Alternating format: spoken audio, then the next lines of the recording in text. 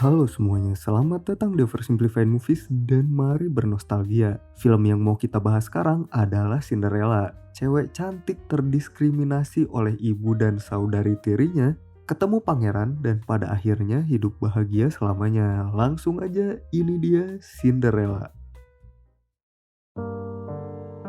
Pertama-tama kita diperkenalkan dengan sebuah keluarga bahagia yang terdiri dari Ella, seorang bocah pecinta hewan, ibunya yang sangat baik hati, dan seorang ayah yang berprofesi sebagai pedagang. Mereka semua hidup bahagia, tapi ternyata sang ibu mengidap penyakit yang mengharuskan dia meninggalkan keluarganya di usia muda.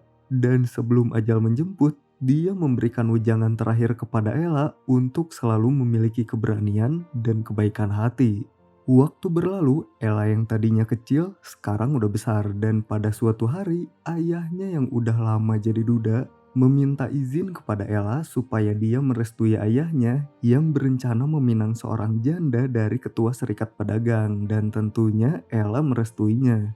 Singkat cerita, setelah menikah, ibu tiri Ella yang bernama Lady Tremaine dan kedua putrinya yang bernama Anastasia dan Risella tinggal bareng Ella dan bapaknya. Lady Tremaine ini adalah wanita kelas atas yang matre dan suka berpesta. Pada suatu hari, bapaknya Ella mau berangkat dagang dan sebelum pergi dia berpesan kepada Ella untuk bersikap baik ke ibu dan saudari tirinya. Setelah si bapak pergi, dari sana watak asli ibu dan saudari tirinya keluar. Ella disuruh tidur di loteng dan menyerahkan kamarnya ke Anastasia dan Risella.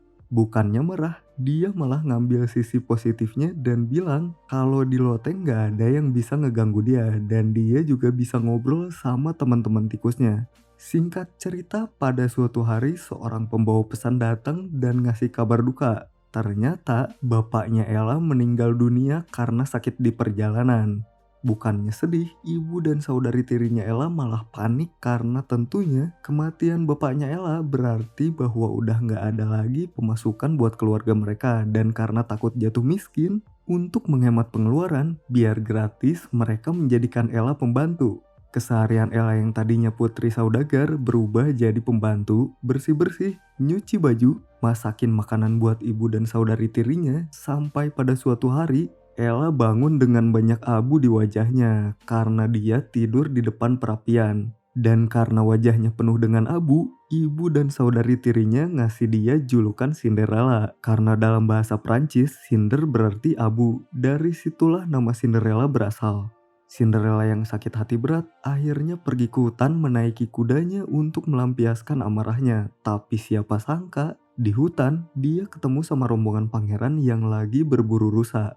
Di situ pangeran langsung kepincut sama kecantikan dan sikap baik hati Cinderella. Itu adalah pertama kalinya Cinderella ngobrol sama seorang pria dan waktu itu dia nggak tahu kalau pria yang lagi ngobrol sama dia adalah seorang pangeran. Mereka pun berpisah tanpa tahu identitas masing-masing. Di istana, pangeran cerita ke raja tentang gadis misterius yang dia temuin di hutan. Dan tentunya di sini raja langsung sadar kalau pangeran udah jatuh cinta pada seorang gadis desa dan dia langsung ngasih tahu pangeran kalau dia cuma boleh menikahi seorang putri. Mereka pun berargumen dan pada akhirnya pangeran mengalah dengan satu syarat, yaitu sebelum bertunangan, istana harus mengadakan sebuah pesta dansa dan mengundang semua rakyat, baik itu bangsawan maupun gadis desa.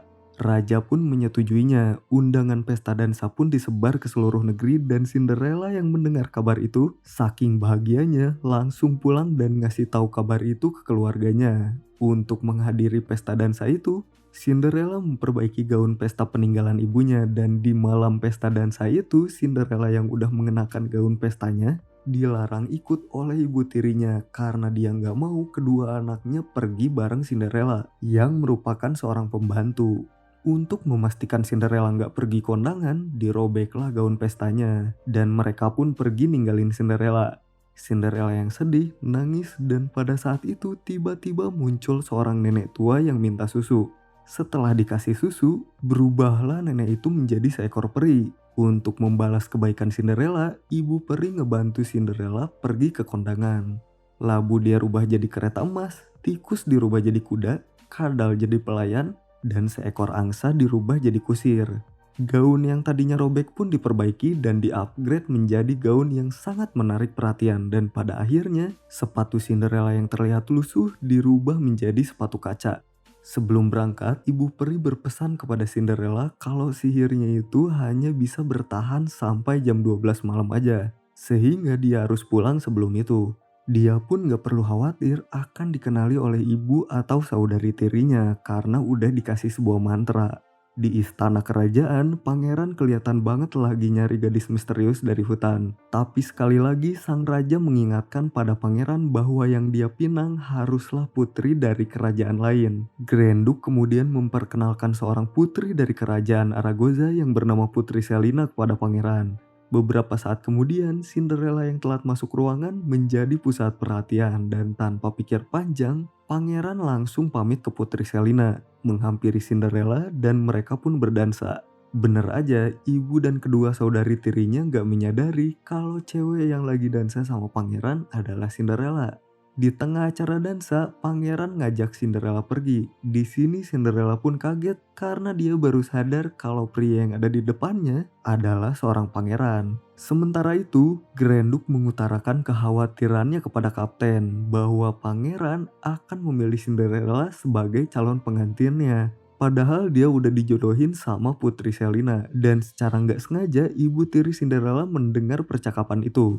Di lain tempat, pangeran dan Cinderella lagi bermesraan, main ayunan, dan di sini pangeran nanya nama Cinderella. Tapi sebelum Cinderella sempet ngasih namanya, tiba-tiba jam berdentang menunjukkan bahwa sebentar lagi akan lewat tengah malam. Ingat dengan perkataan ibu peri, Cinderella pun langsung kabur dari sana, dan seperti yang kita tahu, waktu dia berusaha kabur, satu buah sepatunya ketinggalan dan gak sempet diambil. Karena pada saat itu pangeran lagi ngejar dia. Pasukan kerajaan yang dipimpin oleh Grand Duke langsung mengejar Cinderella sebelum dia melewati gerbang istana. Tapi Cinderella berhasil melewatinya. Mereka lari dari sana dan pada akhirnya sihir peri pun pudar dan semuanya kembali seperti semula. Di rumah, ibu dan saudari tirinya yang baru sampai langsung ngebicarain putri misterius yang mereka lihat di kondangan. Cinderella yang juga nguping pembicaraan mereka jadi cengar-cengir sendiri sambil goyang-goyang. Tentunya ibu tirinya yang melihat itu langsung sadar kalau putri misterius itu adalah Cinderella.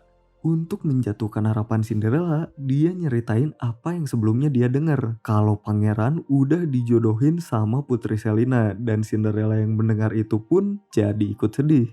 Habis itu dia nyembunyiin sepatu kacanya yang anehnya gak berubah lagi jadi sepatu kusam. Singkat cerita, raja yang ternyata selama ini mengidap penyakit keras hampir menutup usianya, tapi sebelum dia meninggal, dia berdebat lagi dengan pangeran untuk menikahi Putri Selina. Tapi di sini pangeran dengan lembutnya menolak karena bagi dia yang dibutuhkan kerajaan saat ini ada dalam Cinderella, yaitu keberanian dan kebaikan hati. Raja yang mendengar itu pun menyerah dan memberikan restunya kepada pangeran supaya bisa menikahi Cinderella, dan raja pun mengembuskan nafas terakhirnya. Pangeran yang udah jadi raja langsung melakukan sayembara bahwa dia akan menikahi siapapun yang punya kaki yang cocok dengan sepatu kaca Cinderella. Cinderella yang mengetahui hal itu pun dengan semangat langsung menuju kamarnya dan mencari sepatu kacanya. Tapi gak disangka sepatunya hilang dan ternyata ibu tirinya lah yang mengambilnya. Di situ ibu tirinya mencoba bernegosiasi dengan Cinderella. Dia boleh menikah dengan pangeran tapi dengan syarat ibu tirinya lah yang nanti harus jadi nyonya kerajaan. Cinderella juga harus membantu Drisella dan Anastasia untuk menikah dengan bangsawan di kerajaan. Tentunya Cinderella menolak negosiasi itu dan ibu tirinya yang marah langsung menghancurkan sepatu kacanya dan ngurung Cinderella di loteng. Setelah itu dia menemui Grand Duke dengan pecahan sepatu kaca Cinderella. Tentunya kita tahu kalau Grand Duke punya keinginan yang sama dengan ibu tiri. Mereka sama-sama gak mau pangeran ketemu Cinderella karena Grand Duke mau raja menikah dengan Putri Selina. Sedangkan ibu tiri ngeblackmail Grand Duke dengan tuntutan supaya anak-anaknya bisa menikah dengan bangsawan. Grand Duke pun menyetujuinya. Grand Duke kemudian membawa pecahan sepatu kaca itu dan menunjukkannya ke raja, bilang bahwa itu adalah bukti kalau gadis misterius itu memang gak mau ditemuin. Namun raja tetap bersikukuh untuk mencari gadis itu, biarpun saat ditemukan, gadis itu gak mau menemuinya.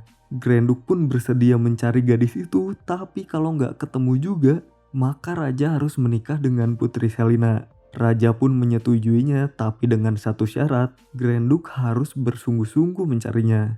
Akhirnya sayembara pun dilaksanakan, baik bangsawan maupun rakyat biasa punya kesempatan untuk nyoba sepatu kaca itu. Hingga tibalah pasukan kerajaan yang dipimpin oleh Grenduk di rumah Cinderella. Anastasia dan Graciela yang nyoba sepatu itu pun kakinya nggak muat, sementara Cinderella masih dikurung di loteng. Waktu rombongan itu mau pergi dari sana, tiba-tiba mereka mendengar suara Cinderella yang lagi nyanyi. Awalnya Grenduk mengabaikan dan menyuruh pasukan untuk kembali ke istana, tapi tiba-tiba salah satu prajurit kerajaan membuka jubahnya dan ternyata dia adalah raja yang lagi nyamar. Raja menyuruh kapten untuk memeriksa siapa gadis yang sedang bernyanyi itu, dan akhirnya kapten menemukan Cinderella di loteng dan membawanya menghadap raja. Mereka ketemu, saling mencintai, menikah, dan hidup bahagia sampai nanti salah satu di antara mereka meninggal. Grenduk, Lady Termain, dan kedua anaknya pada akhirnya diusir dari wilayah kerajaan dan tamat.